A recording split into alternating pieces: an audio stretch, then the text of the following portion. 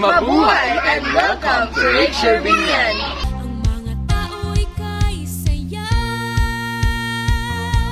Mabuhay ang biglan, tunay kang minamahal. Kahanga-hanga, tunay na pinagpala. Dito'y buhay ang nakaraan, sumasalubong sa magandang bukas. Kaya't halina sa biglan.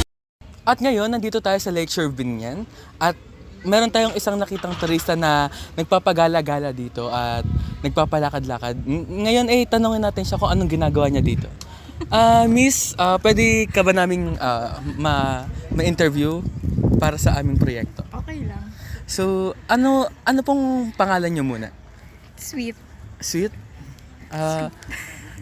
How's the experience here in Lake Sherbinian? Okay lang. Maganda naman. Mahabang pwedeng lakaran or exercise, ganun. Sa tingin mo, itong proyekto na to ay maganda para sa ating kalikasan. Dumi na aamoy tayong mabaho.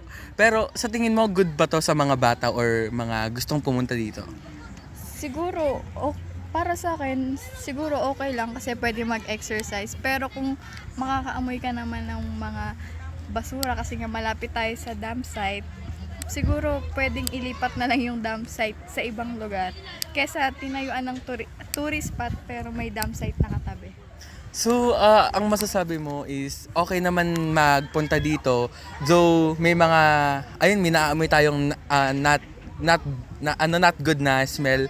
Pero anong masasuggest mo or ano yung masasabi mo upang mas mapaganda pa tong Lake Sherbinian?